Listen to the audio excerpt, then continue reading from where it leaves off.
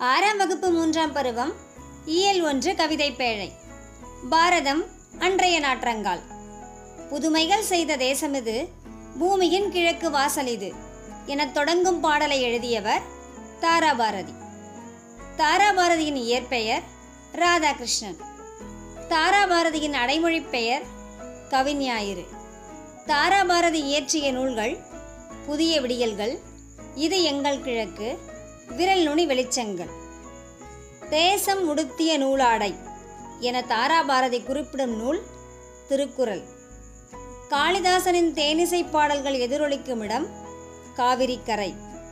கலைக்கூடமாக காட்சி தருவது சிற்பக்கூடம்.